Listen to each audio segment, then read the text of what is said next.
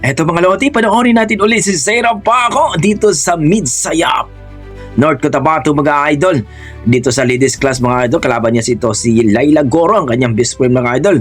Using Honda CRF 250cc mga idol dito sa video ni Dato Kalagan TV. Panoorin natin mga idol. Grabe ang ginawa ni Zaira dito. Let's go! Panoorin natin. Ladies class! Ayan na po. Coming up, ladies class! Ladies class. 15! Di, pwede kayo na alalay. Alalay. Ayan na, gibuya na. Sino naka-all shot? Don't forget, pakipollow po ang Facebook page ni Dato Kalagan TV at ang kanyang YouTube channel. Please po mga idol, please po. Please po. Here we go! Ayan na. Nako, si Zaira ang nakauna mga idol. Tingnan natin. Ayan na. Grabe. Sigawan yung mga tao mga idol. Using 250cc nito mga idol sa kanyang CRF. Wala na. Pangalawa si Laila Goro mga idol. Ladies class. Si Laila Guro. Ang kanyang best friend po na si Laila Goro mga idol. Ayan na. Ang hirap na to. Ayan na.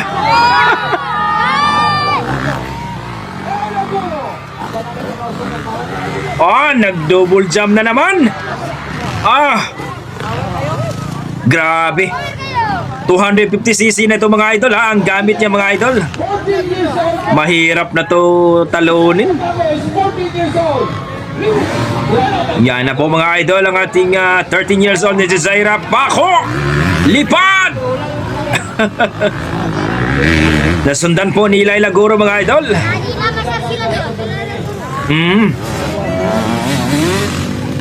Liloy Sambuanga at ang taga Bukidnon. Bukidnon ata to si Laila Goro kung hindi ako nagkamali. Yan na po. Bawat daan ni Zaira mga idol talagang nagsisigawan yung mga tao. Grabe. Nag-double jump na naman ang ating idol.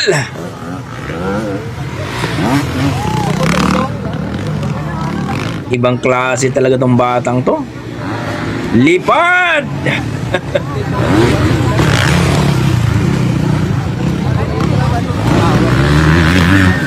Ibang klase.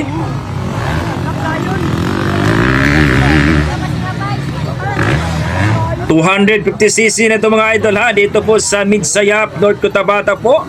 Shout out po sa mga taga North Cotabato. Yan. Naglaro na sa ere si Zaira Paco mga idol.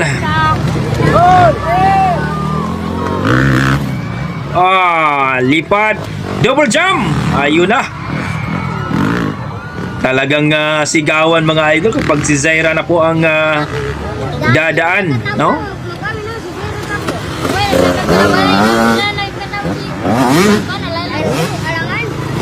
Yan po. Nag back to back champion po ito si Zaira Paco mga idol. Grabe.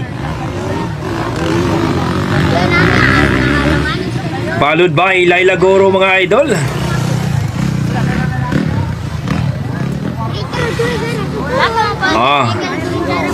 Zaira Paco.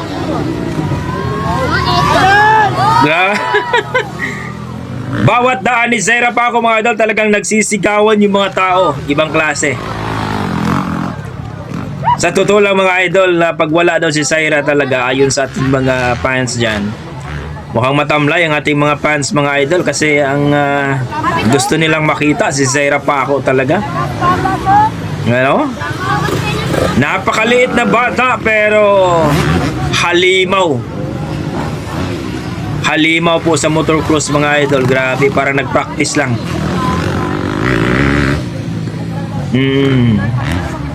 Hala. Nahabol pa yung ano nyo. Grabe ng batang to. 250cc na yan mga idol ha. Malaking motor na yan. Hindi na yan 85cc. Grabe, nagdag-double jump pa. Parang ano lang, nag-practice lang si Zaira dito eh. Champion na naman. Approaching the Timurka. Grabe!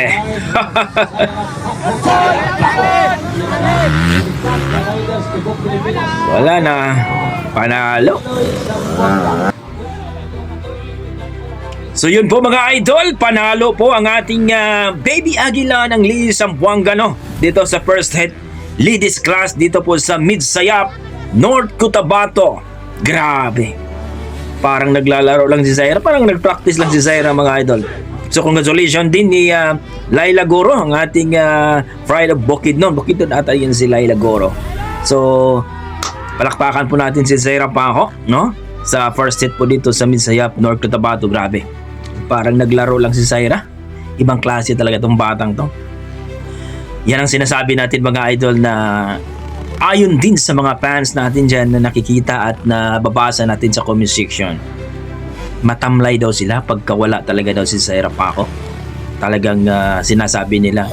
Ang pinunta daw nila talaga si Zaira Paco. Grabe naman talaga. Kita nyo naman mga idol.